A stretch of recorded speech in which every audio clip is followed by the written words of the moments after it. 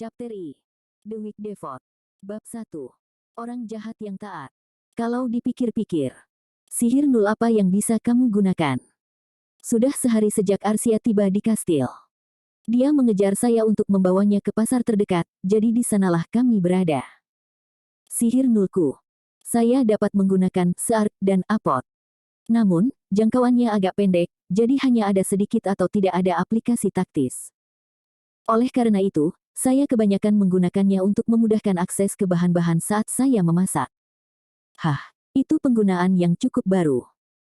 Search berguna untuk mencari makan di alam liar, sementara apot memudahkan memanen buah dari tempat tinggi.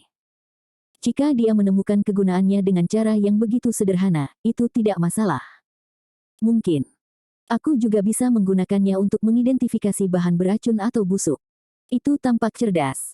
Saya telah menggunakan search untuk menemukan racun sebelumnya. Itu sebenarnya tampak seperti mantra yang cukup berguna untuk dimiliki seorang juru masak. Ayah, mereka punya apel. Saya ingin membuat pie apel, jadi ayo beli. Apakah kamu membuat banyak makanan penutup, Arsia?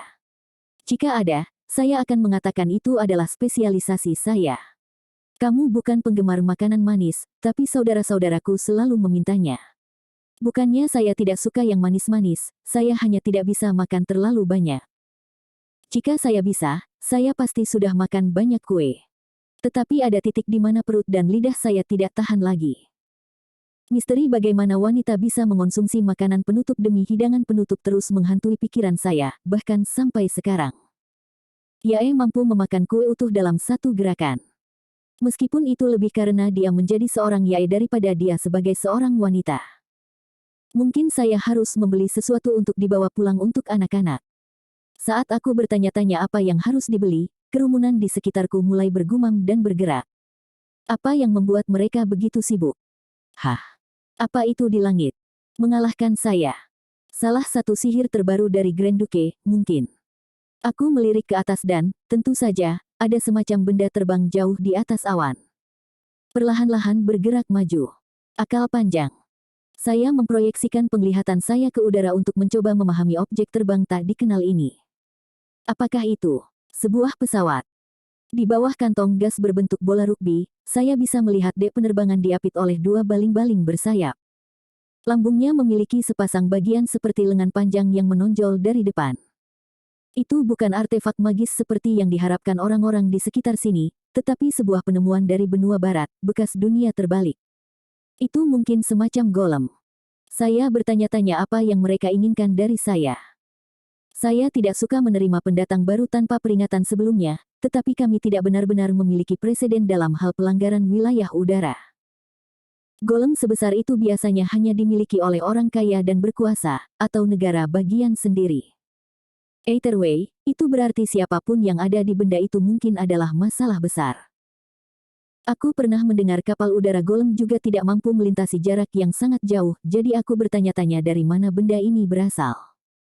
Namun, satu hal sudah jelas. Saya tidak bisa hanya berdiri dan menunggu untuk melihat apa yang dilakukannya. Saya tidak berpikir mereka bermusuhan, tetapi saya juga tidak bisa bertaruh. Ayo pergi, Arsia.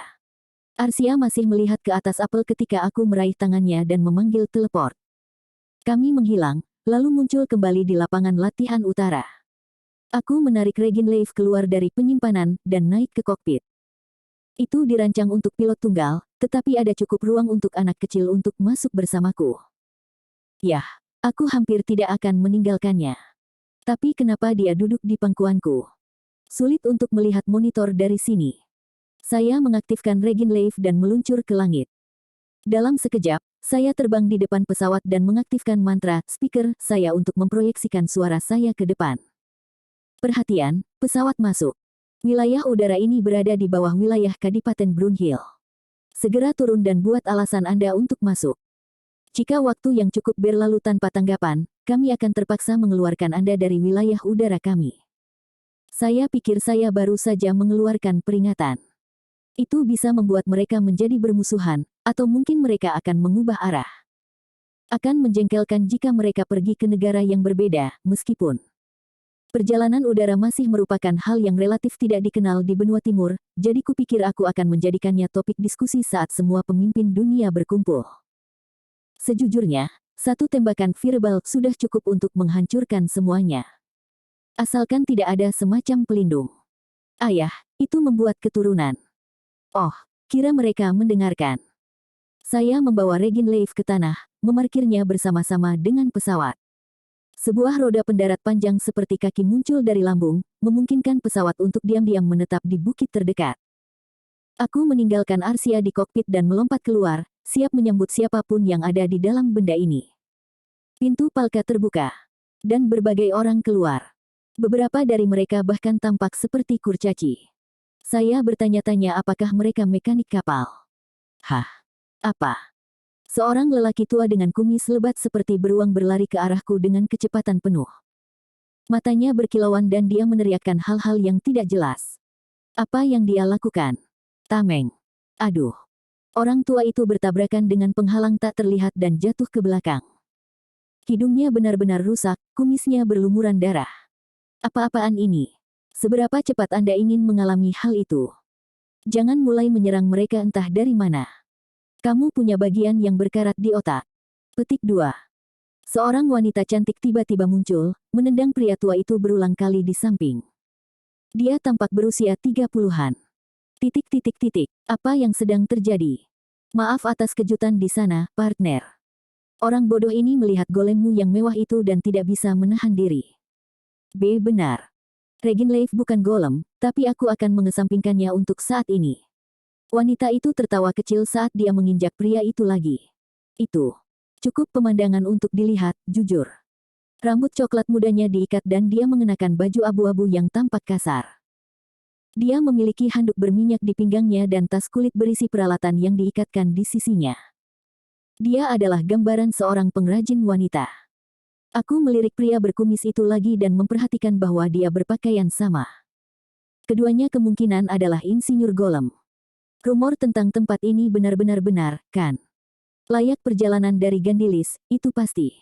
Gandilis. Jadi kamu utusan dari negara baja. Gandilis, negara baja, adalah negara pertambangan di selatan Alen dan timur Gardio.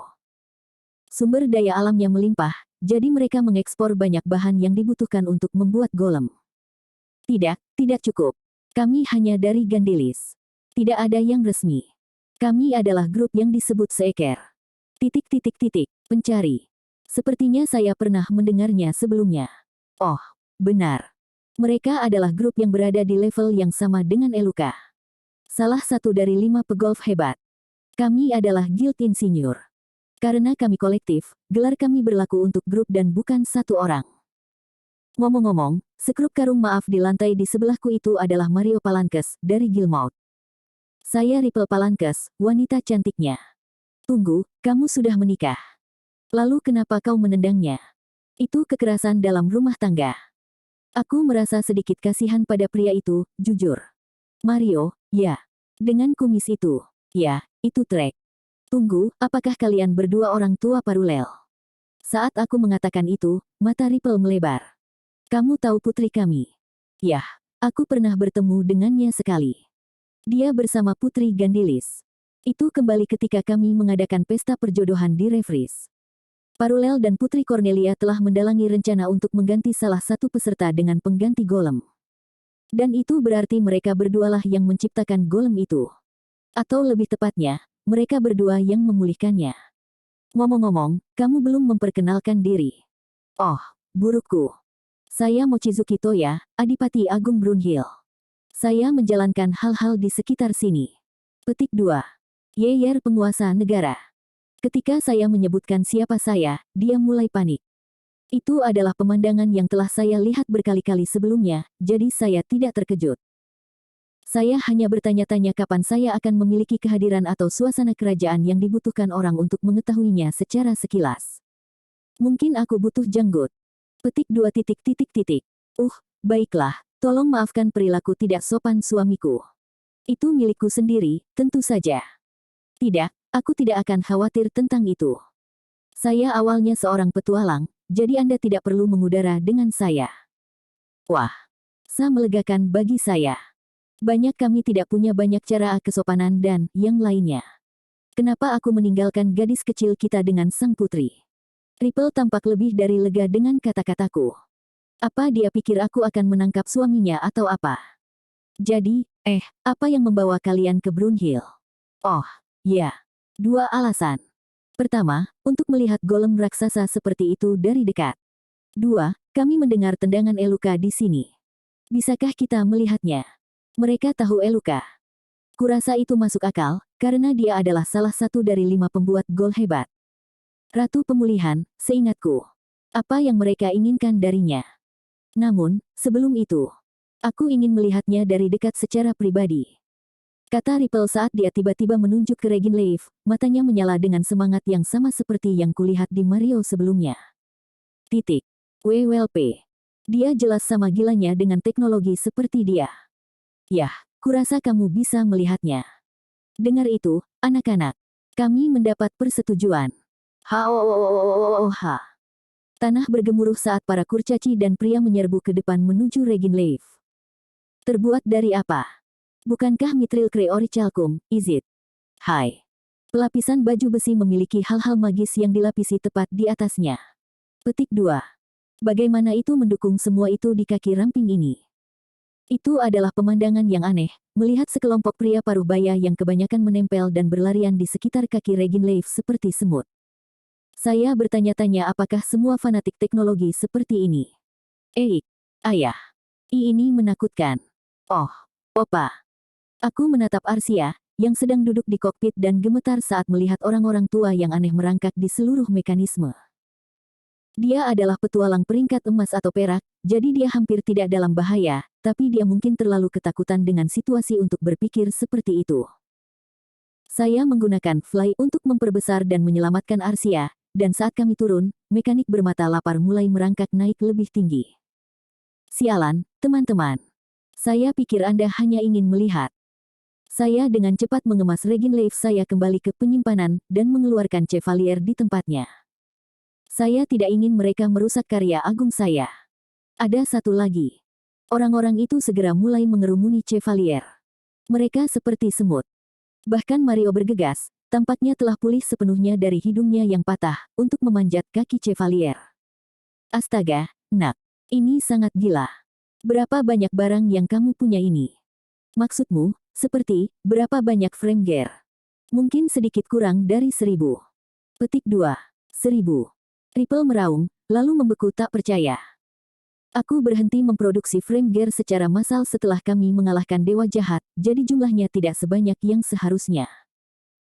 Hal utama yang digunakan Brunhill untuk saat ini adalah membunuh Behemoth, karena mereka mulai lebih sering muncul di seluruh dunia. Mereka juga digunakan untuk pencegahan bencana dan upaya bantuan umum.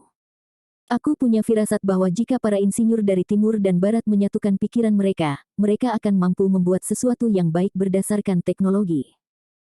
Tidak ada yang seperti tiruan buruk yang telah aku hancurkan beberapa waktu lalu setidaknya. Saya merasa orang-orang ini ingin sekali menggunakan pikiran kreatif mereka. Tapi tidak ada gunanya merenungkan niat mereka dulu. Saya memutuskan untuk menelepon Eluka dan melihat apa yang dia katakan terlebih dahulu. Apa yang terjadi di sini? Dok Babylon, yang turun bersama Eluka setelah aku menelepon, mau tak mau bergumam tak percaya saat melihat sekelompok insinyur berkerumun di sekitar Chevalier. Jangan tanya saya, mereka hanya melakukan apa yang mereka inginkan. Mereka hanya senang melihat beberapa magitek langka. Mereka seperti anak kecil, sungguh. Ini lucu. Saya tidak akan mengkhawatirkannya. Jika itu sangat mengganggumu, aku selalu bisa membuat mereka menjatuhkannya. Mendengar kata-kata Eluka, Ripple menyeringai dan melambaikan kunci pas di tangannya. Tidak perlu berpikir sejauh itu, kan? Anda tidak perlu mengalahkan mereka. Oh. Ini adalah pesawat golem yang sangat langka. Apakah ini Mithril? Tunggu, itu sebagian terdiri dari Mithril tinggi, bukan? Itu jenius. Ini akan sangat membantu menyerap dampak. Putriku, Kun, panik tentang pesawat seekor. Tampaknya tidak terlalu berbeda dari bagaimana mereka panik tentang frame gear kami, sayangnya. Itu pasti seperti dia. Saat aku menyebutkan kelompok itu datang ke sini, dia menyerbu turun dari Babel dengan yang lain. Dia selalu sama, gadis itu, gumam Arsia sambil menatap adiknya dan menggelengkan kepalanya. Kun, hentikan itu. Kau akan kehilangan rasa hormat kakakmu. Eluka melirikku dengan mengangkat bahu, lalu menoleh ke Ripple. Jadi, kenapa Brunhild?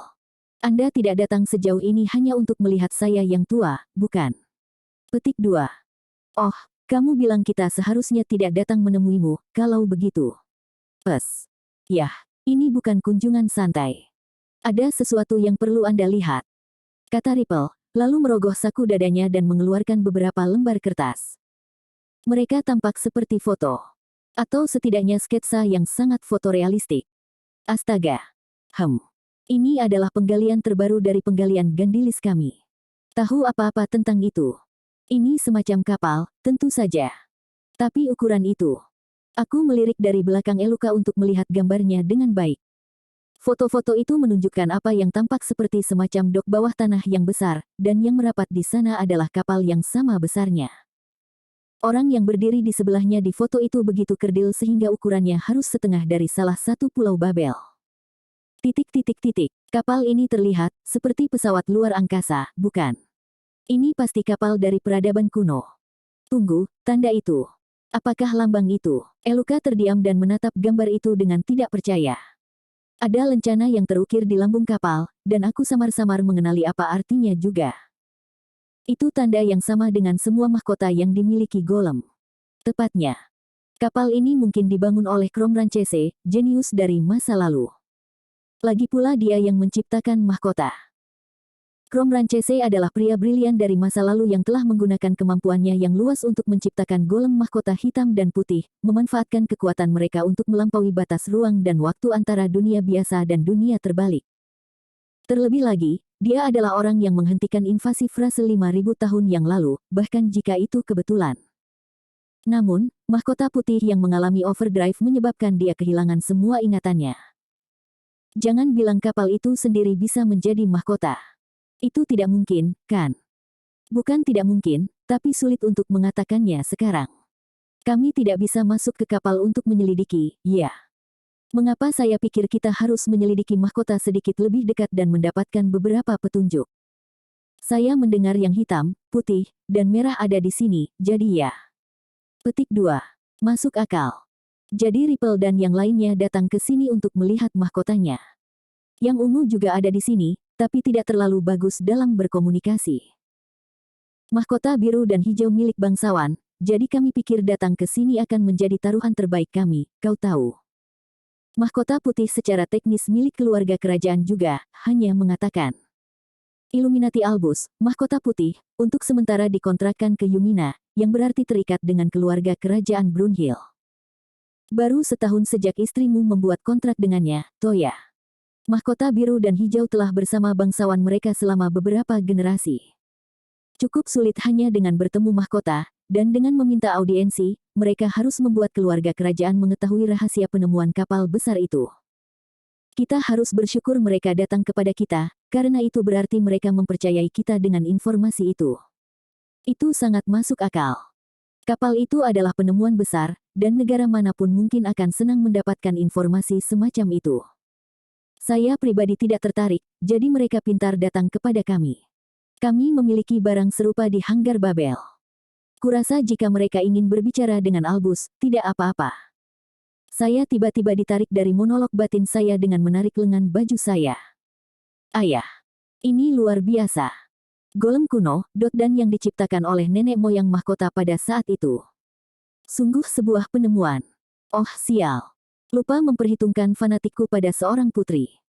Aku tidak tahu berapa lama dia menatap foto-foto itu, tapi mataku dipenuhi dengan cahaya yang aneh. Aku agak tertarik dengan ini, Toya. Saya pikir kita harus menyelidikinya. Aku berbalik ke arah Dok Babylon dan menghela nafas kecil. Sial. Kurasa aku tidak bisa menggadaikan ini dan menyebutnya sehari, ya. Yah, apapun. Saatnya menangkap Yumina dan Albus, kurasa. Sebuah kapal. Dibangun oleh Kromranchese. Kemungkinan hasil. Bahtera, Illuminati Albus, mahkota putih, berkata dengan jelas. The Ark. Pabrik seluler Ark. Kromranchese. Mahkota seperti saya diproduksi di sana. Titik titik titik. Jadi itu struktur bergerak untuk menciptakan golem.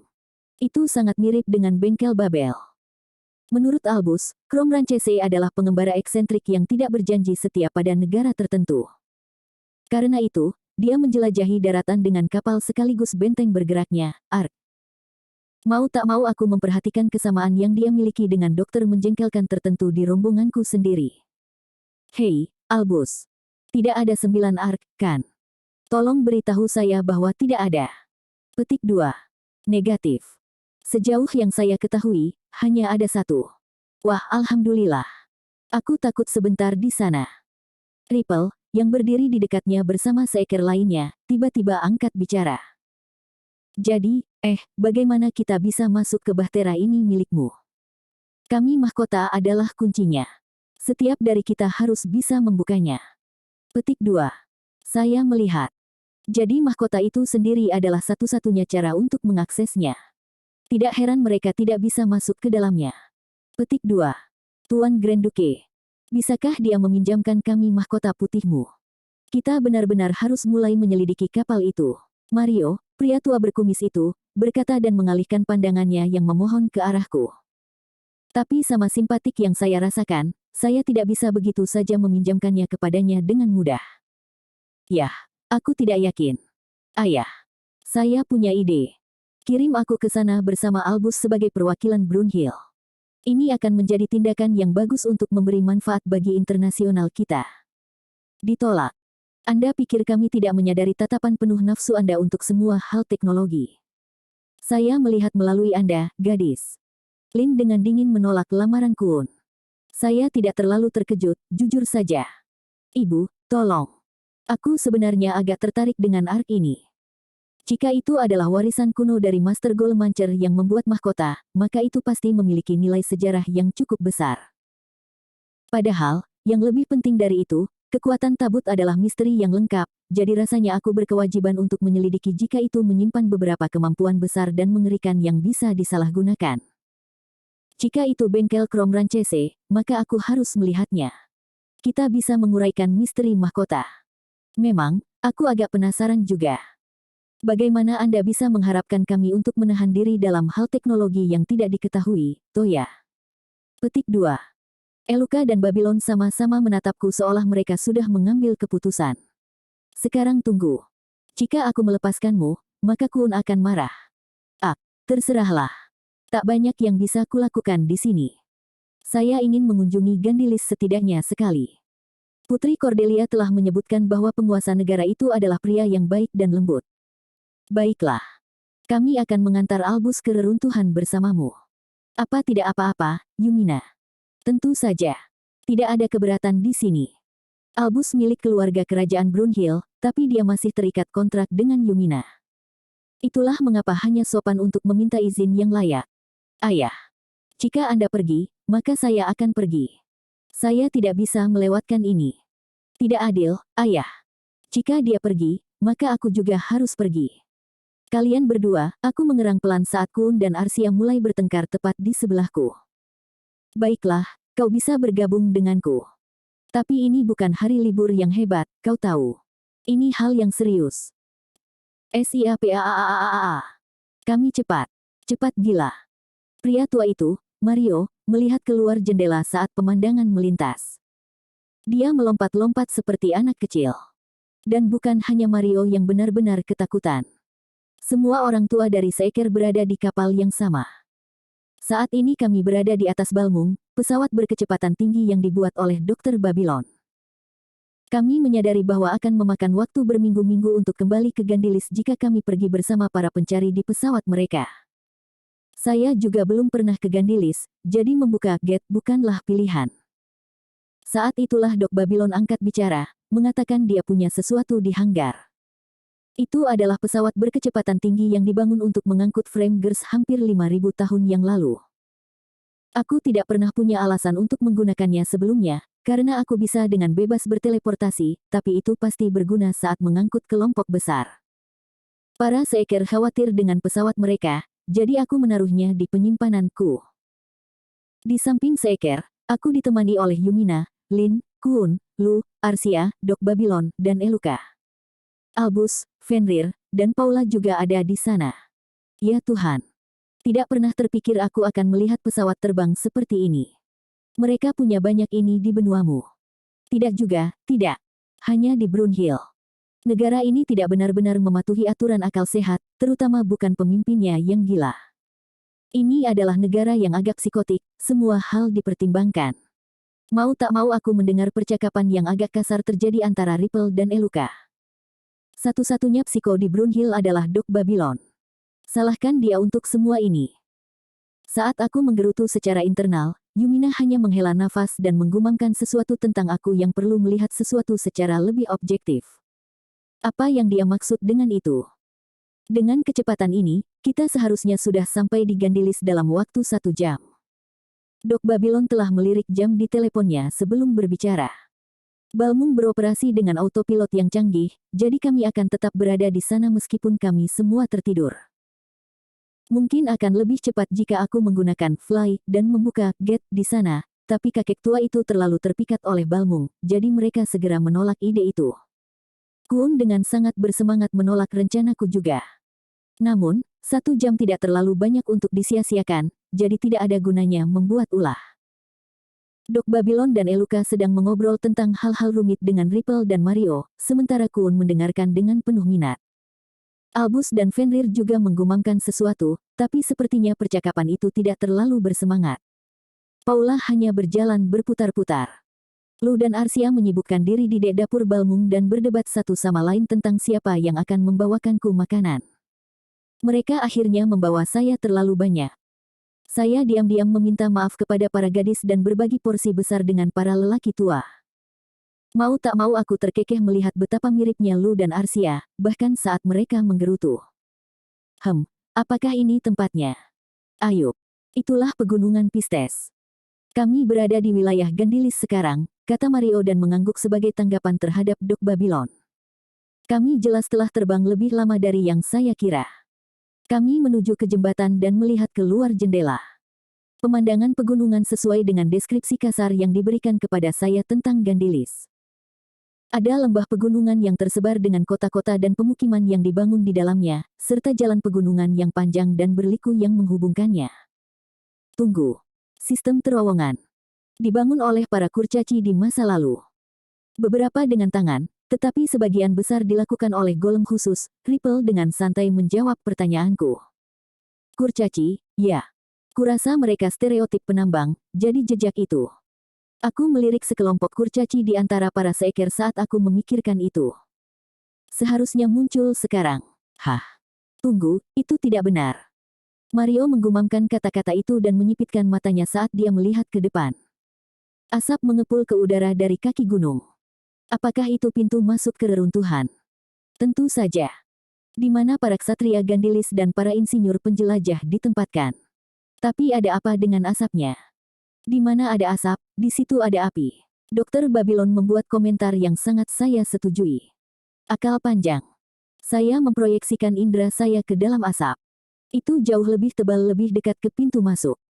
Berbagai tenda telah dirobek atau dibakar, dan ada berbagai kepingan golem yang hancur berserakan juga. Agaknya, mereka adalah golem tempur yang dimiliki oleh militer Gandili. Saya tidak bisa membaca situasinya secara lengkap, tetapi jelas telah terjadi serangan. Ada banyak Gandilis golem yang dibuang di sekitar area ini. Apa yang kamu katakan? Seru Ripple. Dia tidak bisa membantu tetapi mengungkapkan keterkejutannya setelah mendengar kata-kata itu. Dok Babylon pindah ke kursi pilot Balmung dan meningkatkan kecepatan kami. Begitu kami cukup dekat untuk melihat situasi di luar jendela, ekspresi ngeri muncul di wajah semua orang. Seluruh perkemahan terbakar. Dan bukan hanya golem yang rusak yang mengotori tempat itu juga. Ada orang yang jatuh di mana-mana. Balmung kedua mendarat, para pencari berlari keluar untuk menyelidiki. Tidak ada tanda-tanda langsung dari aktivitas musuh. Pada awalnya, saya bertanya-tanya apakah mereka melarikan diri, tetapi kemungkinan besar mereka akan masuk lebih dalam ke reruntuhan. Pintu masuknya cukup lebar, dan itu mengarah ke ruang yang sangat luas. Kamu bisa memuat banyak orang dan golem di sana. Tarik bersama-sama, nak. Dengarkan aku. Tetap bersamaku. Saya tersadar ketika saya mendengar Mario berteriak ketika dia mengguncang seorang pria sekarat dalam pelukannya. Oh sial. Saya bisa renungkan nanti. Perlu menyembuhkan semua yang selamat terlebih dahulu. Saya dengan cepat menggunakan area heal menargetkan individu yang terluka atau sekarat di sekitar. Dalam keberuntungan yang luar biasa, belum ada satu orang pun yang meninggal. Pria yang diguncang Mario tiba-tiba berkedip kaget saat dia berdiri, sembuh total. Apakah itu sihir penyembuh? Gila loh. Aku menyunggingkan senyum canggung pada Mario dan Ripple, yang tampak benar-benar bingung dengan mantraku. Kemudian, saya berbalik untuk menanyai seorang prajurit muda. Apa yang terjadi di sini? Hah? Kami tiba-tiba diserang, Pak. Oleh kelompok yang aneh.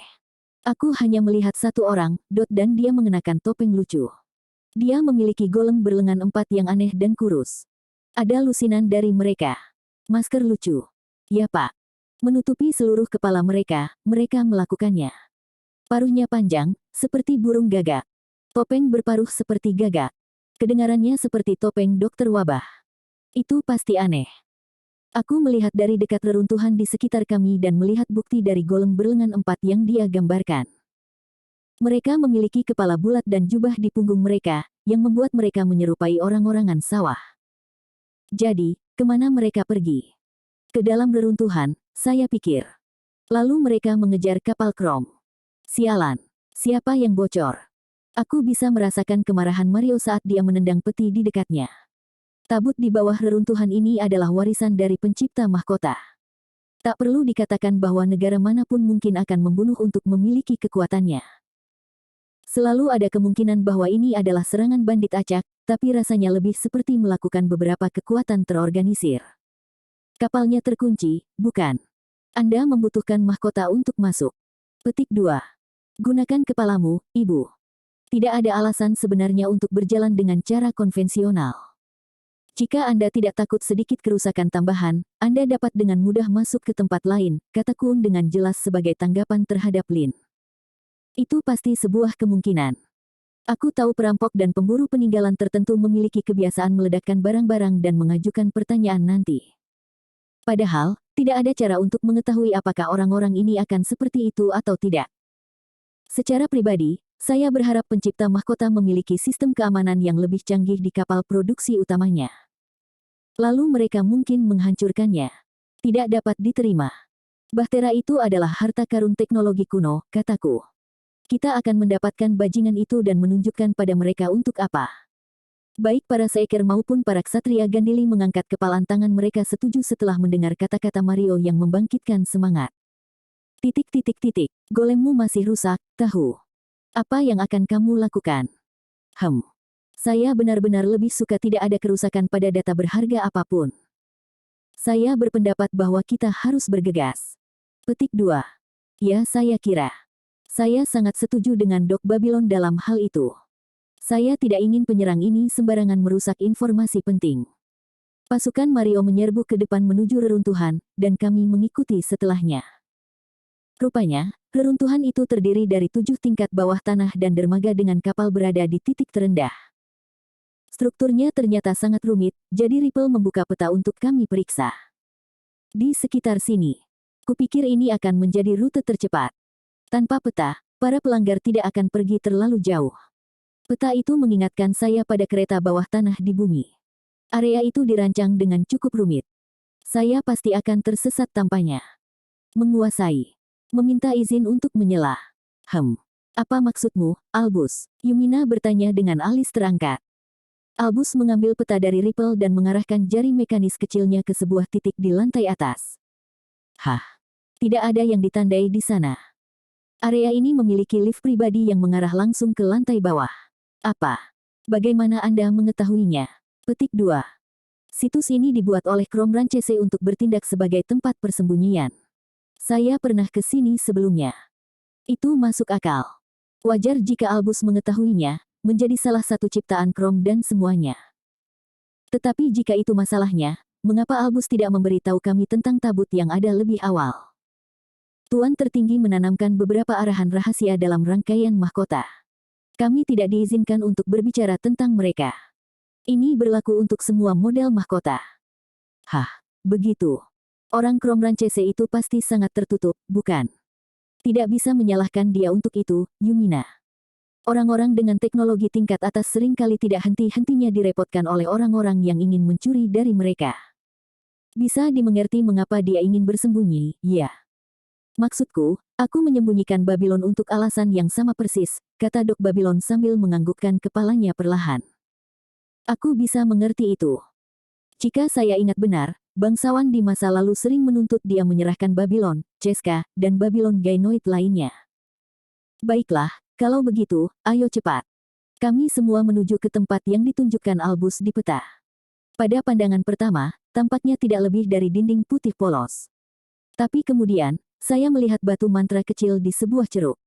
Aku menyalurkan sihirku melaluinya, dan bagian dari dinding terbelah dan terbelah seperti pintu lift. Tidak ada cukup ruang di lift untuk kami semua berdesakan, jadi begitu aku dan yang lain dari Brunhild masuk, Mario, Ripple, beberapa seeker, dan beberapa ksatria Gandili terjepit di antara kami. Kemudian, kami langsung menuju ke tingkat dermaga. Pintu tertutup dan kotak tempat kami berada mulai turun. Tidak ada apa-apa di dalam kotak itu, tapi mau tak mau aku melihat ke sekeliling untuk mencari semacam tampilan elektronik yang menunjukkan nomor lantai. Sepertinya aku terlalu terbiasa dengan elevator bumi. Akhirnya, suara ding kecil terdengar dan pintu terbuka lebar. Memperlihatkan sekelompok beberapa golem kurus berlengan empat yang berlarian di dalam kegelapan. Ini mereka. Itu adalah golem yang menyerang kita. Salah satu ksatria di lift berseru. VWEEP. VWOORP. Salah satu dari golem berlengan empat menyerang kami, melompat-lompat seperti monyet. Aku dengan tenang menarik Brunhild dari pinggangku, menembakkannya tepat di dada. Tembakan terdengar dan angin puyuh kecil muncul di tempat peluru mengenai golem, merobeknya. Peluru saya saat ini diresapi dengan mantra angin, spiral lens. Jangan hanya berdiri di sana, anak-anak. Sampah mereka. Ya. Atas perintah Mario, sekelompok seeker keluar dari lift. Mereka bukan hanya insinyur, tetapi juga penjelajah terkenal. Wajar jika mereka terbiasa dengan sedikit kasar dan jatuh. Mereka berderap menuju golem berlengan empat, kunci pas dan palu di tangan. Ksatria yang kami bawa juga melangkah keluar dari lift, mengejar mereka. VWEEP. Saya dengan cepat mengubah Brunhild menjadi mode blade, bergabung dengan perkelahian antara manusia dan mesin. Ruangnya agak terlalu sempit untuk menembak, dan saya tidak ingin mengambil risiko tembakan persahabatan. Kuun, di sisi lain, mengeluarkan pistol perapal mantranya dan mulai membidik pemandangan itu. Sebuah sambaran petir memuntahkan dari laras, melompat dari musuh ke musuh. Benda itu cukup bagus. Aku harus membuatnya untuk diriku sendiri. Harga. Beberapa sekutu kami diledakkan kembali oleh golem berlengan empat. Mereka memiliki jumlah kekuatan yang mengejutkan, mengingat betapa ramping dan kurusnya mereka. Astaga, ini terlalu lama. Tergelincir. VWEEP. Golem berlengan empat mulai meluncur dan jatuh di mana-mana, membiarkan orang-orang tua itu memukul mereka sampai berkeping-keping dengan palu sampai mereka berhenti bergerak. Benda apa ini? Mereka tidak terlihat seperti model lama. Tubuh dasar mereka mirip dengan golem yang pernah kulihat di Isengard. Tapi lengan dan kakinya lebih mirip Gardio. Para seeker mulai menyodok golem yang jatuh, mencoba memastikan asal-usul mereka. Saya pribadi berpikir kita bisa menyimpannya untuk nanti. Mati di depan. Dermaga itu kira-kira 100 meter ke arah itu. Mengerti. Ayo berguling. Kami meninggalkan beberapa orang tua dan mengikuti Albus. Kelompok kami berbelok di ujung aula, lalu berjalan menyusuri koridor yang remang-remang dan menuruni tangga lagi. Akhirnya, kami keluar ke area yang luas, yang merupakan semacam danau bawah tanah. Kapal itu mengambang di atasnya. Itu sangat besar. Lebih besar dari yang saya duga, sungguh. Tidak peduli bagaimana Anda melihatnya, itu lebih seperti pesawat ruang angkasa daripada kapal laut manapun yang pernah saya lihat. Itu tidak memiliki layar, dan ada semacam mesin besar yang menempel di lambung kapal. Petik 2 titik. Benda ini tidak bisa terbang, kan? Negatif. Bahtera adalah kendaraan non-udara. Ini adalah kendaraan air submersible. Oh, sial. Jadi itu kapal selam. Kurasa itu memang terlihat seperti itu, sekarang aku memikirkannya. Tapi bukankah itu terlalu besar? Sepertinya kita punya tamu tak diundang. Anjing Gandilese paling gigih, bukan? Aku tersentak dari keterkejutanku oleh suara yang tiba-tiba. Kemudian, saya menoleh untuk melihat sosok yang menghalangi jalan kami, seolah-olah mencegah kami mencapai Bahtera.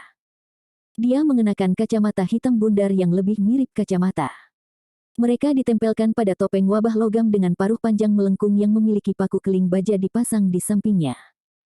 Mantelnya panjang, hitam, dan mengalir, lengkap dengan tudung yang menutupi kepalanya. Dia juga memiliki sesuatu yang tampak seperti kaleng semprot di pinggangnya, serta rapier merah tipis di sisinya. Ditambah lagi, ada semacam ransel mekanis aneh di punggungnya, yang dilekatkan pada tombol aneh di ikat pinggangnya.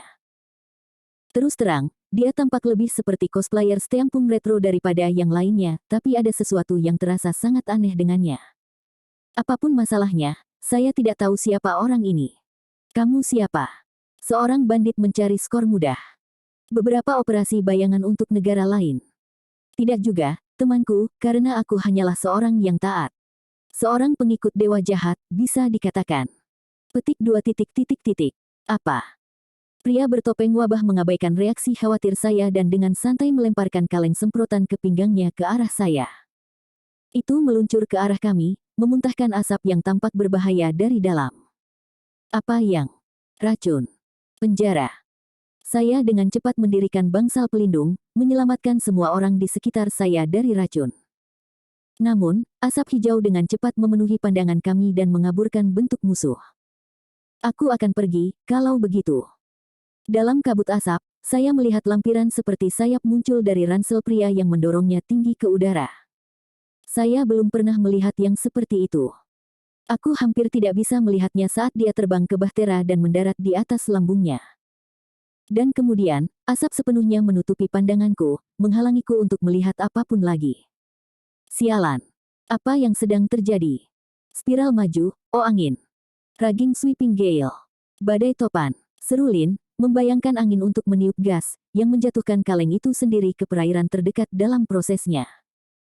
Dengan visi kami yang akhirnya jelas, kami disambut oleh pemandangan danau bawah tanah yang tenang. Tabut itu telah pergi. Itu telah menghilang tanpa jejak. Kapalnya hilang. Bahtera besar di depan kami telah menghilang dalam sekejap mata. Itu mungkin bukan pemikiran yang tepat, tapi mau tak mau aku teringat akan pertunjukan sulap. Kau tahu, jenis di mana semuanya akan seperti, sekarang kamu melihatku, sekarang tidak. Atau sesuatu di sepanjang garis itu. Itu tidak menyelam ke dalam danau, kan? Tidak, itu menghilang terlalu cepat untuk itu. Ditambah lagi, permukaan airnya benar-benar tenang, kataku, menolak saran Yumina. Ini mungkin semacam sihir teleportasi. Meskipun mungkin masih ada di sana. Mungkin itu hanya disembunyikan oleh sihir ilusi. Saya terbang ke dermaga untuk memastikan itu benar-benar hilang. Dulu. Mari kita lihat. Jalankan pencarian. Ark. Mencari. Tidak ada ark yang ditemukan. Bahkan mantra pencarian, saya tidak berhasil menemukannya, yang berarti pasti ada semacam penahan. Saya selalu bisa menyalurkan keilahian saya ke dalam mantra pencarian, memungkinkan saya untuk melewati penemuan seperti itu, tapi itu akan membawa saya menyalurkan keilahian saya keluar melalui seluruh radius pencarian. Oleh karena itu hanya akan benar-benar berfungsi jika saya mencari hal-hal di sekitar saya, bukan di seluruh dunia. Orang bertopeng itu. Kata-katanya agak mengganggu, bukan? Petik 2 titik titik titik. Ya. Dia menyebut dewa jahat. Pertanyaan Lin membuatku mengangguk bersamanya. Pria bertopeng itu mengatakan sesuatu yang sangat mencurigakan. Tapi apakah dewa jahat yang dia maksud sama dengan NEET yang aku kalahkan? Atau apakah itu sesuatu yang lain sama sekali? Dewa jahat bisa lahir dari keilahian yang rusak, biasanya dari harta suci. Yang mereka butuhkan hanyalah kebencian yang cukup dan wadah yang tepat untuk mengambil kehendak mereka sendiri. Sejauh yang saya tahu, satu-satunya harta suci di planet ini adalah smartphone saya. Pisau kembar yang dimiliki ND ada di penyimpanan saya, jadi tidak mungkin mereka juga. Aku mengeluarkan ponsel pintarku dari sakuku dan perlahan melihatnya. Sepertinya baik-baik saja untuk saya. Orang saleh yang jahat. Bukankah itu salah satu hal yang membuat Nenek Toki khawatir? Itu pasti berarti, BWUFGH. Aku mengangkat alis dan melihat Arsia melayang-layang, mulutnya tertutup rapat oleh tangan Kun. Sesuatu memberitahu saya bahwa salah satu putri saya berbicara tidak pada tempatnya. Aku menatap Kun, tapi dia hanya mengangkat bahunya dengan polos sebagai tanggapan. Beri aku istirahat. Anda tidak bisa bertindak seperti itu dan mulai bersiul tentang situasinya. Petik 2 titik titik titik. Kun. Apakah Anda tahu sesuatu tentang ini? Petik 2. Tidak sama sekali, ayah. Kami tidak tahu apa-apa, kata putriku sambil tersenyum polos, menatapku dengan mata polos. Dia sama baiknya dengan ibunya dalam hal bermain bodoh, rupanya. Kamu yakin tentang itu?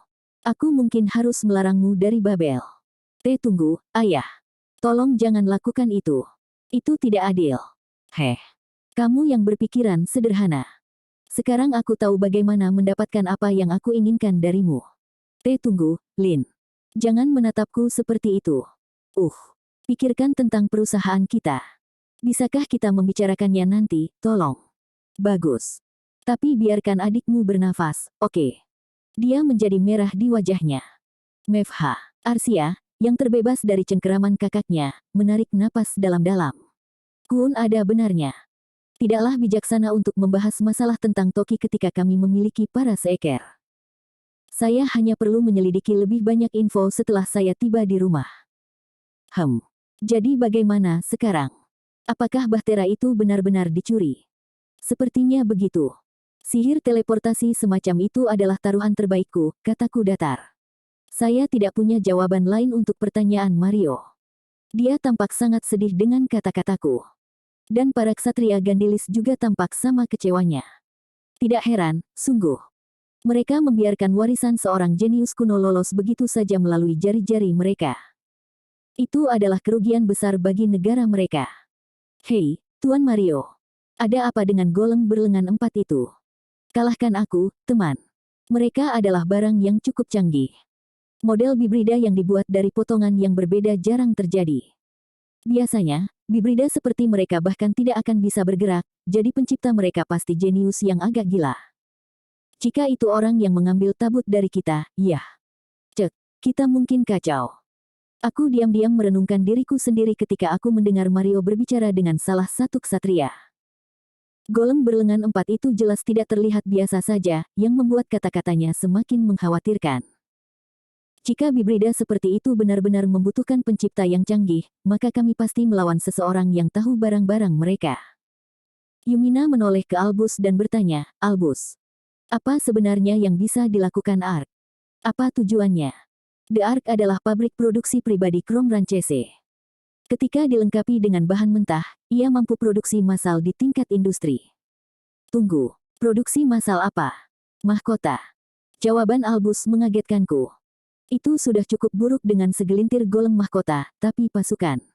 Itu akan menjadi mimpi buruk. Negatif.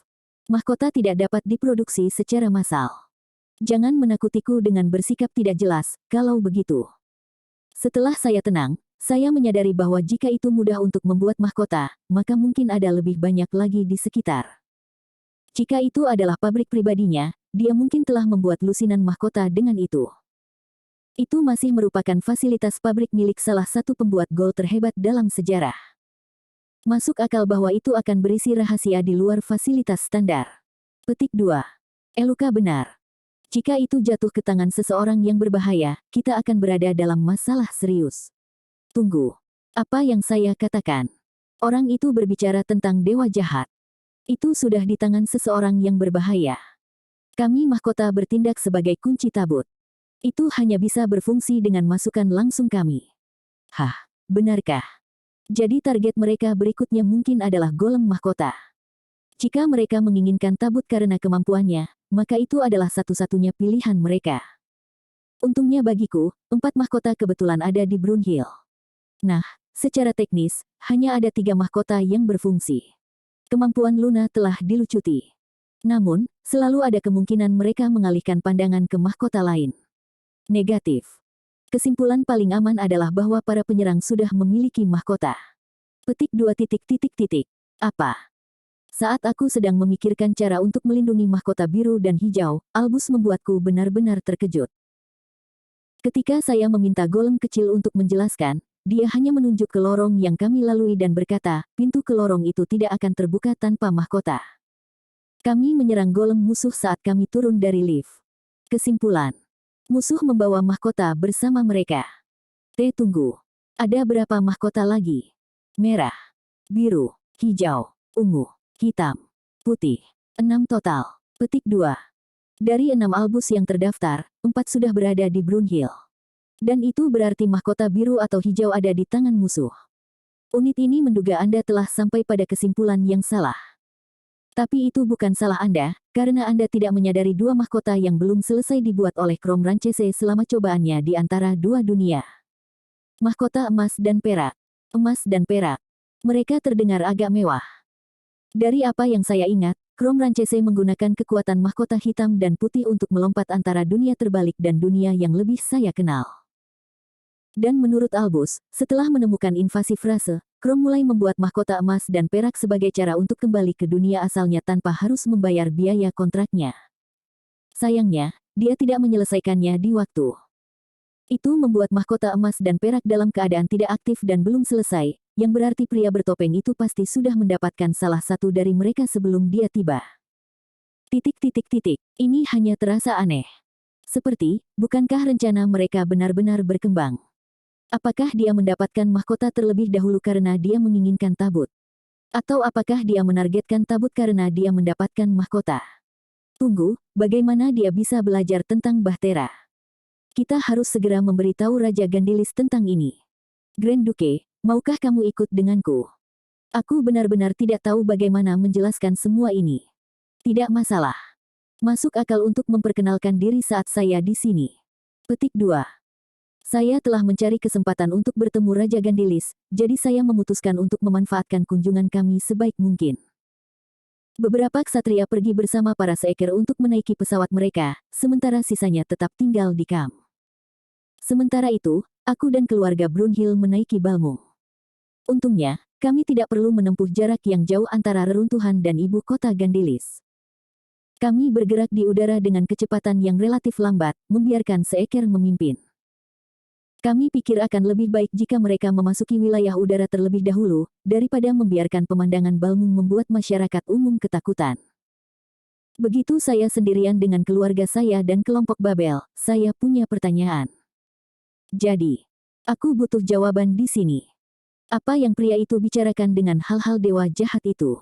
Aku menyipitkan mataku pada Arsia dan Kuun, yang duduk di seberang meja dariku, saat aku menanyakan pertanyaan itu.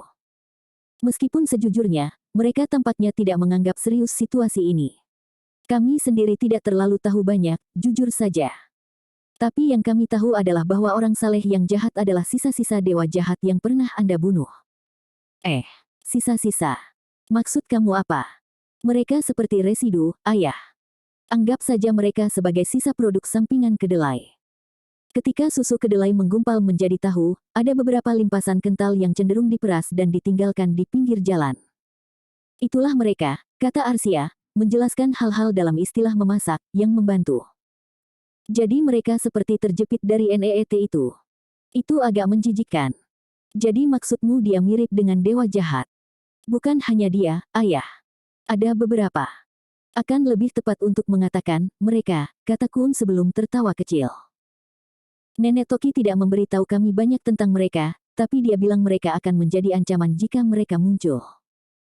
Jika mereka tidak melakukan apa-apa, kita akan dapat kembali ke waktu kita tanpa hambatan. Tetapi jika mereka mulai menyebabkan kekacauan, maka sisa keilahian mereka akan memperumit aliran waktu, membuat masa depan agak kurang pasti. Tapi orang saleh yang jahat tidak seharusnya bangun. Dia hanya benar-benar menyuruh kita untuk berada di sisi yang aman. Kami bahkan tidak seharusnya memberitahu Anda tentang itu, karena itu tidak dimaksudkan untuk relevan sama sekali. Petik 2. Tunggu, jadi hal-hal ini mungkin benar-benar mengubah masa depan. Mungkin tidak dalam jumlah yang ekstrim, tetapi akan buruk jika anak-anak saya tidak bisa kembali ke rumah. Saya tidak ingin mereka membuat semacam timelin alternatif yang mengacaukan segalanya. Saya tidak bisa mengatakan saya mengerti apa yang mereka inginkan, tetapi mereka jelas tampak tidak menyenangkan. Kata Lin, gagal menahan keinginannya untuk menghela nafas. Mereka hanya residu, kan? Tidak mungkin seburuk itu. Itu sentuhan yang terlalu optimis, ayah. Bahkan limpasan dapat menjadi bagian dari makanan yang baik jika digunakan dengan tepat. Dewa jahat mungkin adalah tahu yang sudah jadi, tetapi dewa jahat yang saleh masih berasal dari kedelai yang sama. Tidak ada hierarki di sana, hanya perbedaan dalam bentuk dan penyempurnaan. Arsia dengan bangga berbicara dalam metafora lagi, tapi mau tak mau aku merasa dia terlalu berlebihan. Namun, saya masih mendapatkan intinya. Intinya, kami harus melangkah dengan hati-hati. Bahkan jika hal-hal ini adalah dewa-dewa palsu, mereka masih memiliki sedikit keilahian yang berlumpur. Itu berarti mereka dapat menyebarkan keilahian itu kepada manusia untuk menciptakan tanggungan. Aku bertanya-tanya apakah pria bertopeng wabah itu pernah menjadi manusia. Bagaimanapun, dia adalah salah satu yang taat sekarang. Apakah dia adalah lumpur yang dimanifestasikan atau orang yang dirusak olehnya tidak terlalu penting. Jadi, apa yang mereka inginkan? Pembalasan dendam. Kebangkitan yang asli. Yah, itu tidak terlalu diketahui, kurasa. Aku yakin itu berita buruk. Saya tidak berpikir itu mungkin untuk membangkitkan dewa jahat, karena jiwanya telah tercerai-berai setelah kekalahan. Paling tidak, bajingan NEET itu tidak akan pernah kembali. Tapi selalu ada kemungkinan dewa jahat baru muncul dari semua ini. Itu akan membutuhkan semacam wadah suci untuk tumbuh di dalamnya, tapi apapun masalahnya, yang bisa saya lakukan hanyalah mengangkat bahu. Akan menjadi buruk jika dewa NEET itu akhirnya meninggalkan semacam harta suci. Tapi tentu saja itu tidak mungkin terjadi. Kami di ibu kota, kata Dok Babylon, suaranya bergema dari pengeras suara jembatan. Kami melirik keluar jendela untuk melihat sekeliling kami. Kota itu dikelilingi oleh menara batu yang menjulang tinggi. Sebuah sungai mengalir melalui pemukiman, membaginya menjadi utara dan selatan. Kastil besar dan kokoh terletak di sisi utara. Di sebelah timur kastil terdapat lapangan terbuka dengan kapal udara yang diparkir di dalamnya, kemungkinan kapal resmi Gandilis. Saya perhatikan bahwa para pencari turun mendekatinya, jadi mereka mungkin ingin kita mengikutinya. Itu pasti zona pendaratan yang ditentukan. Sayangnya, tidak ada cukup ruang untuk balmung. Maaf, teman-teman. Maukah kalian menunggu di langit? Aku tidak akan lama. Bukan masalah. Kami sedang memisahkan golem, jadi jangan terburu-buru. Aku punya firasat bahwa golem yang mereka maksud adalah salah satu dari yang berlengan 4 dari reruntuhan. Mereka tentu saja tidak membuang waktu untuk mencoba merobeknya. Kun, setelah mendengar pengumuman itu, tiba-tiba melompat kegirangan. Kilauan berkobar di matanya. Bisakah saya membantu mereka, ayah? Ya. Anda juga bisa tinggal di belakang. Petik 2. Ya. Aku tahu kamu akan mengerti. Kun berseru keras saat dia melompat. Entah bagaimana, aku sudah terbiasa dengan kejenakaannya. Jangan putus asa tentang putri kami, Lin. Saya yakinkan Anda bahwa saya merasakan hal yang sama. Adapun Arsia, aku juga akan tinggal di belakang. Jangan takut, ayah. Saya akan menyiapkan beberapa makanan sementara itu. Tetapi aku akan menghargainya jika kamu bisa membawa beberapa bahan kembali. Tunggu. Bukankah aku sudah makan siang buatan rumah darimu dalam perjalanan ke sini? Aku tidak ingin langsung menolaknya atau menyakiti perasaannya, jadi kupikir aku hanya akan berusaha selapar mungkin saat aku melihatnya lagi. Saya melihat keluar jendela dan melihat Mario dan Ripple turun dari pesawat mereka, jadi saya menggunakan teleport untuk turun ke mereka. Pada akhirnya, Yumina, Lu, dan Lin yang bergabung denganku. Selamat datang di Gandilis. Melangkah ke sini untuk melihat raja. Saya melihat ke atas untuk melihat seorang pramugari muda. Dia sedang berbicara dengan seorang ksatria, tetapi perhatiannya segera beralih ke kami. Kami mengikutinya, akhirnya sampai di sebuah ruangan yang cukup terpencil. Setelah kami masuk, kami menemukan diri kami berhadapan dengan 3 individu. Meskipun mereka terlihat memiliki kedudukan tinggi, mereka tidak tampak sok atau norak sama sekali. Yang pertama adalah Putri Cordelia Terra Gandilis, putri kedua kerajaan. Pelayan berkacamata di belakangnya adalah Parulel. Dia kebetulan adalah putri dari Mario dan Ripple. Aku bertemu mereka berdua setelah insiden penyamaran di Refresh. Karena sudah lama, kami bertukar salam singkat. Itu meninggalkan orang ketiga dan terakhir di ruangan itu. Dia berdiri dari mejanya dan berjalan ke arah kami. Dia memiliki janggut lebat besar, yang putih karena usianya. Tubuhnya kokoh seperti batang pohon. Selamat datang di Gandilis, Adipati Agung Brunhild. Akulah rajanya, Galivan Zila Gandilis. Suatu kehormatan bertemu dengan Anda, dan maafkan gangguan saya yang tiba-tiba. Saya Adipati Besar Brunhild, Mochizuki Toya. Hari ini saya ditemani oleh 3 istri saya, Yumina, Lucia, dan Lin. Aku bertanya-tanya siapa wanita muda yang menyenangkan ini. Tolong, tenanglah. Raja Gandilis menawari kami kursi, yang siap kami duduki. Beberapa saat kemudian, Mario mulai menjelaskan situasinya. Yang mulia, saya harus minta maaf. Kami kehilangan kapal yang kami pelajari.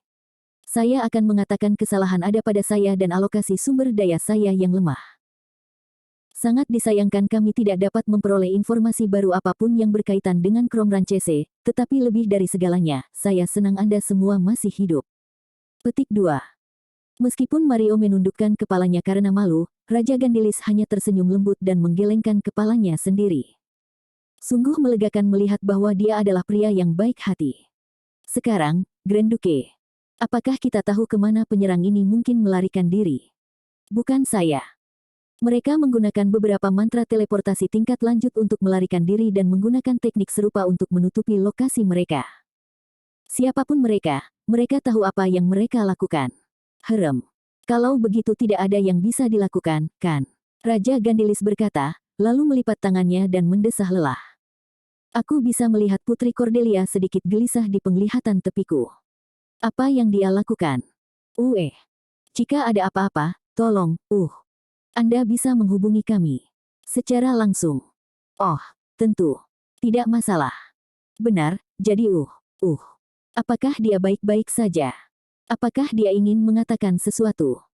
Aku bertukar pandang sebentar dengan Yumina, tapi dia terlihat sama bingungnya denganku. Setelah beberapa saat, Parulel menghela nafas dan dengan jujur berkata, apa yang istriku coba lakukan, Grand Duke, adalah memancingmu untuk memberinya salah satu perangkat smartphone itu sehingga dia bisa terlibat dalam percakapan mesra dengan kekasihnya. Kaisar Gardio begitu matahari terbenam. Jangan katakan seperti itu. Cordelia hampir menangis karena malu. Parulel mengingatkan saya pada Ceska dalam beberapa hal. Meskipun mereka berbeda dalam hal, Ceska adalah seorang masokis yang jelas, sementara Parulel menurut saya lebih sadis. Bagaimanapun, mereka adalah sepasang pelayan yang mengganggu. Ini alat komunikasi kecil itu, ya. Aku tahu bahwa penguasa Gardio dan Alan sama-sama memilikinya, jadi, bisakah aku menyusahkanmu juga, mungkin? Yang harus Anda lakukan hanyalah bertanya. Aku akan tetap memberimu satu. Saya membuka penyimpanan dan mengeluarkan sepasang smartphone. Saya kemudian menggesernya ke seberang meja, bersama dengan buklet instruksi kecil. Saat saya menunjukkan kepada Raja Gandilis dan putrinya cara menggunakan perangkat baru mereka, saya menangkap tatapan berapi-api dari Mario, Ripple, dan Parulel dari seberang meja. Mereka tidak benar-benar halus, tapi saya pikir itu baik-baik saja, karena mata Yumina telah memeriksa mereka untuk kemungkinan niat buruk, dan mereka akan bersih. Tidak perlu membongkarnya, oke. Anda tidak akan dapat menyatukannya kembali, dan saya tidak akan memberi Anda yang baru. Saya harus memastikan untuk mengingatkan Mario agar tidak mengacaukan teknologi, karena saya tahu persis apa yang dia pikirkan. Smartphone yang diproduksi secara massal telah disihir dengan perisai dan perlindungan sehingga tidak mudah rusak. Namun, itu tidak berarti bahwa mereka tidak mungkin untuk dipisahkan. Saya hanya ingin semua orang di ruangan itu memahami bahwa melakukan hal itu berarti Anda mungkin tidak akan pernah mendapatkan kesempatan untuk melakukannya lagi. Putri Cordelia segera meminta nomor telepon Kaisar Gardio. Saya tidak ingin hanya memberikan nomor orang itu tanpa persetujuannya, jadi saya mengiriminya pesan teks menanyakan apakah itu boleh. Dia mengirimi saya pesan kembali, segera, mengatakan, tentu saja. Dan itu adalah itu. Tetapi meskipun Putri Cordelia memiliki nomor teleponnya, dia tiba-tiba ragu untuk benar-benar meneleponnya. Mungkin karena semua mata sekarang tertuju padanya saat dia memegang telepon di tangannya. Aku tidak bisa memanggilnya ketika kalian semua menatapku seperti itu. Perasaannya tampaknya cukup masuk akal bagiku. Bab 2. Putri Diva sayangku. Pertemuan dengan Raja Gandilis berjalan cukup baik sehingga dia setuju untuk menghadiri pertemuan berikutnya dari negara-negara sekutu. Meskipun frase dan mutan sudah lama hilang, tetap penting untuk tetap mengadakan konferensi internasional. Jika ada, itu lebih penting dari sebelumnya, karena kami ingin menjembatani kesenjangan budaya antara benua timur dan barat. Kami perlu memastikan bahwa negara-negara di benua timur membiasakan diri dengan golem dan teknologi magis, sementara pada saat yang sama membuat negara-negara di benua barat lebih akrab dengan sihir umum. Untuk melakukan itu, semua kepala negara perlu mencapai pemahaman bersama. Sebagai contoh untuk memperluas kesadaran budaya semacam ini, saya melakukan tes bakat magis pada Raja Gandilis dan Putri Cordelia. Mungkin karena mereka berasal dari negara pertambangan, tapi mereka berdua memiliki potensi sihir bumi di dalam diri mereka. Setelah sedikit bimbingan dari Lin, mereka berhasil merapalkan mantra dasar yang disebut peluru batu. Sihir bumi cukup sederhana, tetapi memiliki banyak aplikasi praktis dalam hal-hal seperti menambang. Saya memberi mereka manual pemula untuk sihir bumi, dan semuanya berjalan cukup lancar sejauh pertemuan internasional pertama bisa dilakukan. Kalau saja itu selalu begitu sederhana. Biasanya, saya akhirnya terjebak dalam situasi aneh di mana saya harus menyelesaikan masalah untuk negara-negara sebelum mereka berbicara dengan saya. Meskipun jujur, Anda mungkin dapat menganggap seluruh arc sebagai situasi yang cukup aneh sendiri. Orang jahat yang saleh. Siapapun atau apapun mereka, aku tidak akan membiarkan mereka membawa kekacauan ke dunia yang baru lahir ini. Tidak ketika perdamaian tepat di depan pintu kami. Setelah mengucapkan selamat tinggal kepada bangsawan Gandilis, kami kembali ke Balmung dan membuat persiapan untuk kembali ke Brunhild. Aku bisa saja menggunakan Get untuk kembali, tapi Arsia ingin memasak untuk kita. Lihat, ayah. Lihat, menelan. B. Benar, aku mengerti. Saya akan makan. Ruang makan Balmung dipenuhi makanan. Ada terlalu banyak di sini.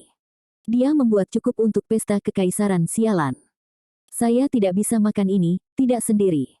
Mengapa saya tidak membawa Yae? Inilah yang dia lakukan yang terbaik.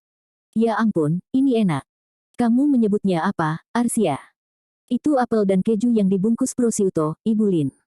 Ham itu sendiri berasal dari Blood Boar. Tunggu, Blood Boar adalah babi putih raksasa yang kamu temukan di tempat bersalju.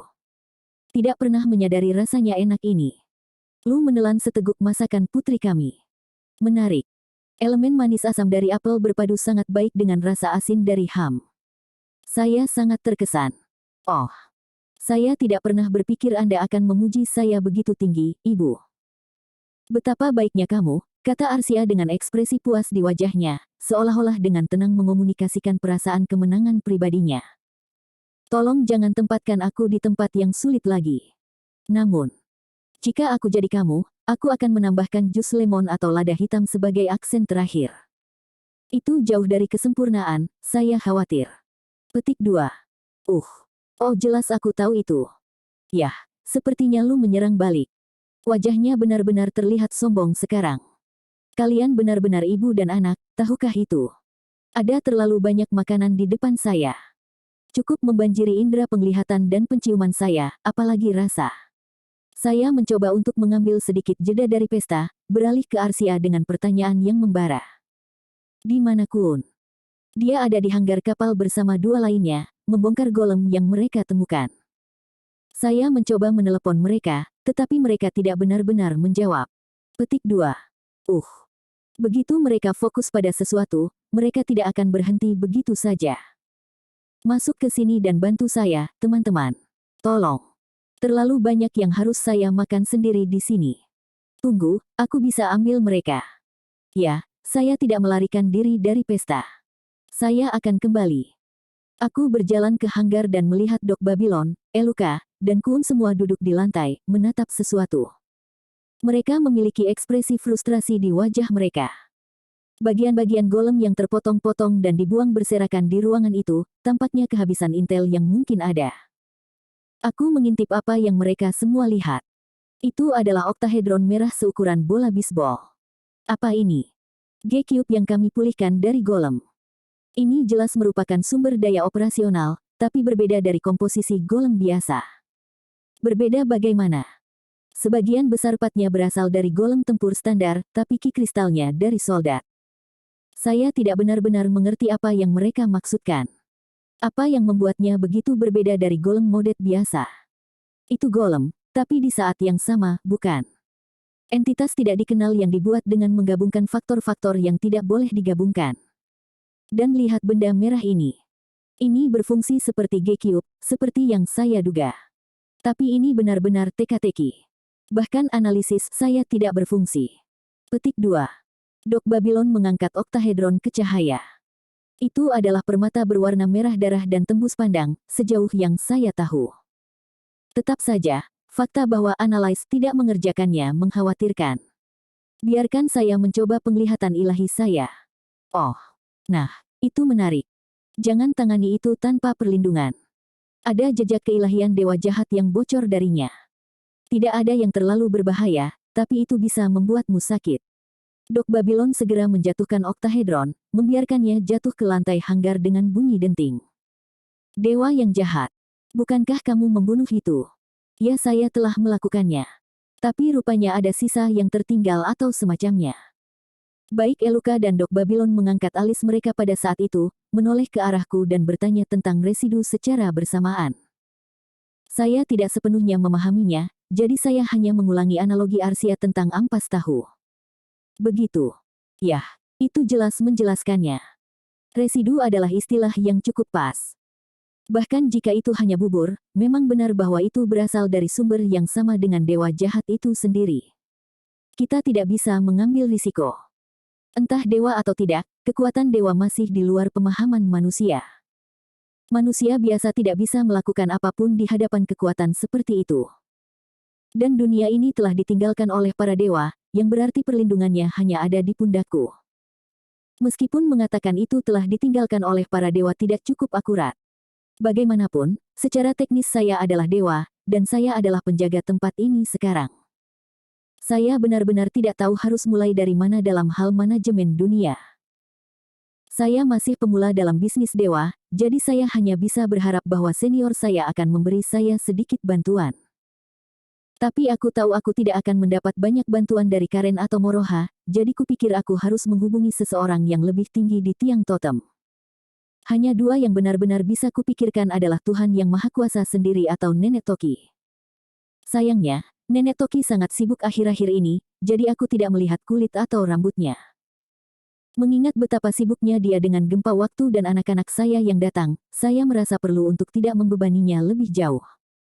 Dan dengan pemikiran itu, saya memutuskan untuk langsung menuju puncak kepada Tuhan Yang Maha Esa. Itu hanya masalah mengunjunginya dan mendapatkan beberapa jawaban. Bahkan jika ini adalah pekerjaan dewa jahat, seorang insinyur masih harus menyatukan golem yang tambal sulam ini. Aku biasanya hanya mengharapkan pekerjaan seperti ini dari 5 pembuat gol hebat, tetapi Profesor masih di Panaces, dan sang maestro adalah seorang misantrope, jadi aku ragu mereka ada hubungannya dengan itu. 5 pegolf hebat, ya. Itu mereka berdua, lalu Eluka, lalu Seeker, jadi tidak mungkin salah satu dari mereka. Yang lainnya adalah Raja Penyihir dari Isengard, yang sudah mati. Dari apa yang saya pahami, orang saleh yang jahat adalah semacam organisasi. Anda bahkan mungkin menyebut mereka kultus. Dengan mengingat hal itu, apakah terlalu tidak masuk akal bagi mereka untuk memasukkan seorang jenius yang mudah dipengaruhi ke dalam barisan mereka? Petik 2. Aku tidak suka suara itu. Mau tak mau aku menggerutu setelah mendengar saran Kuun. Orang-orang ini mungkin adalah pemuja dewa jahat yang baru saja diambil alih, atau mereka bisa saja orang biasa yang dimanipulasi oleh sesuatu yang akhirnya ditinggalkan oleh dewa jahat itu. Kami tidak memiliki banyak intel, jadi tidak ada gunanya berspekulasi.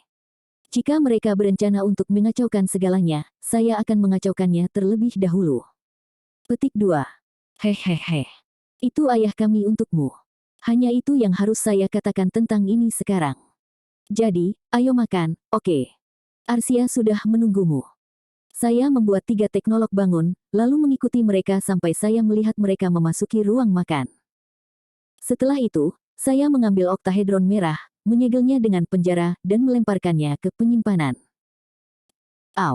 Jika saya tahu itu akan menjadi menarik, saya akan pergi dengan Anda. Frey menggerutu sedikit saat dia menepukkan telapak tangannya di atas meja. Ayo, sekarang. Tidak perlu salah tingkah. Orang saleh yang jahat, ya. Aku ingin melawan mereka.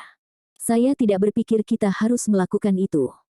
Lin bersemangat untuk berperang, sementara Elna tampil jauh lebih tenang. Saya pribadi merasa Elna ada di pihak yang benar. Jangan melakukan sesuatu yang sembrono, oke?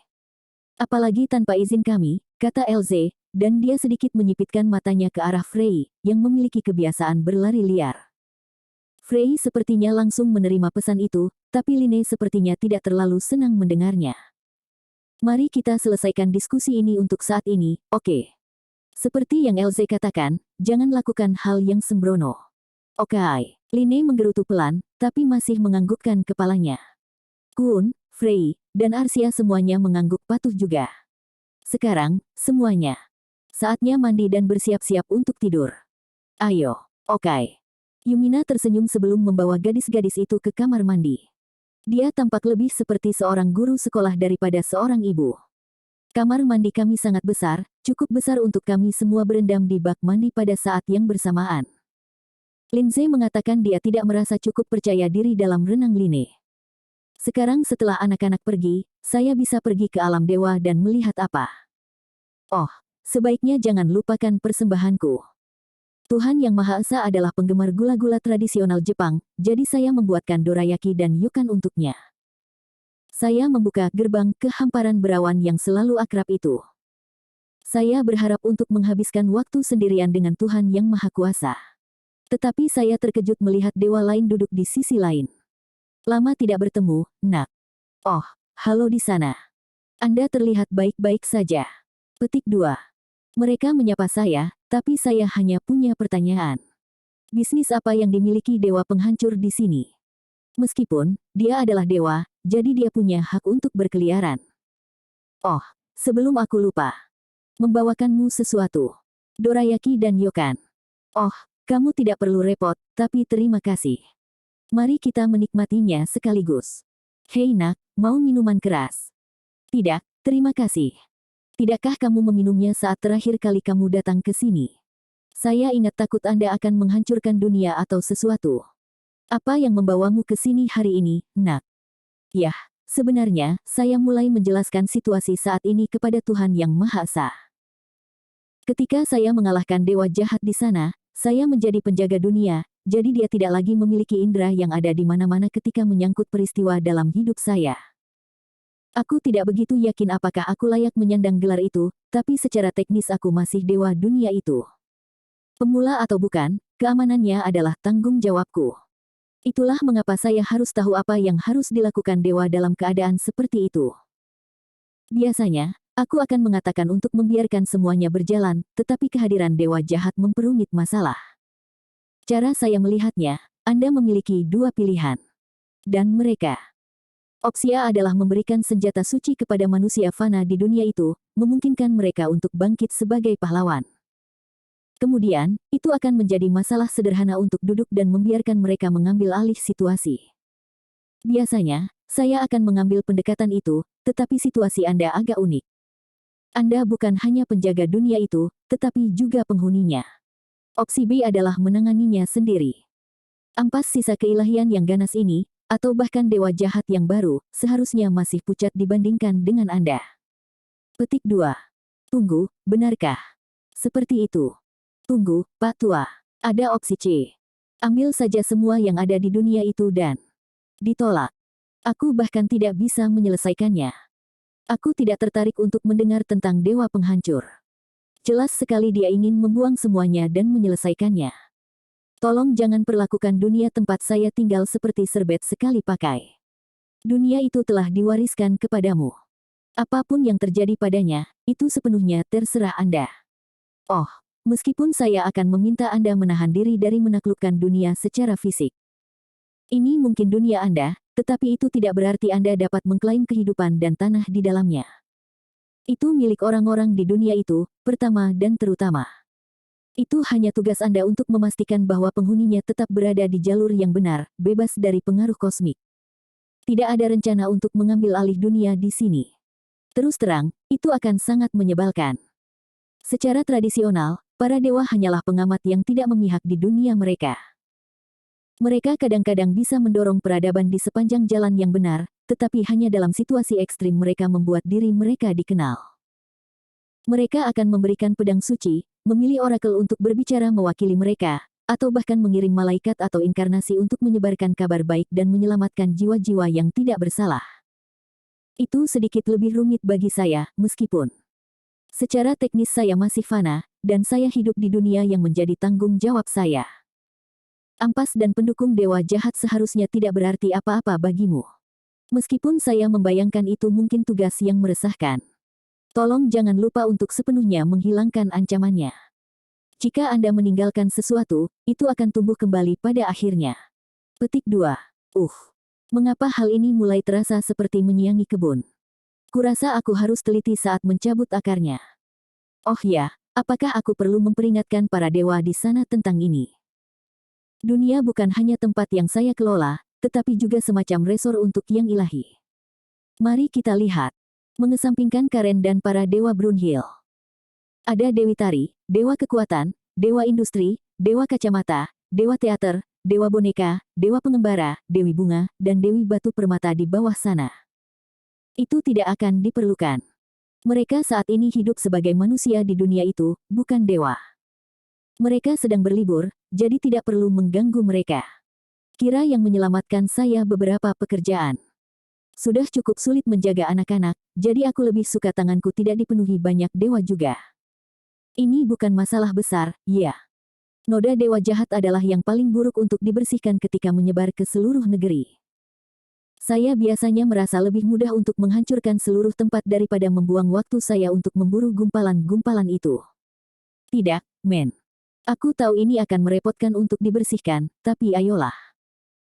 Bagaimanapun, tidak ada satu hal pun yang secara eksplisit melarang Anda untuk campur tangan secara langsung dalam kasus ini, jadi jangan ragu untuk memperlakukannya seperti pengendalian hama dan menangani situasinya. Meskipun diperingatkan bahwa jika Anda gagal, Anda hanya akan mengundang kehancuran lebih lanjut untuk diri Anda sendiri. Petik 2. Pengendalian hama. Yah, kurasa itu masuk akal. Bagi para dewa, menangani hal semacam ini mungkin tidak terlalu berbeda dengan membersihkan noda yang membandel atau memasang perangkap tikus. Saya yakin itu pekerjaan yang paling tidak ingin ditangani. Either way, saya mendapat persetujuan Tuhan Yang Maha Esa, jadi saya jelas untuk menangani masalah ini sesuka saya. Ayah, aku ingin pergi berburu monster. Agak aneh untuk mengatakan itu tiba-tiba, bukan?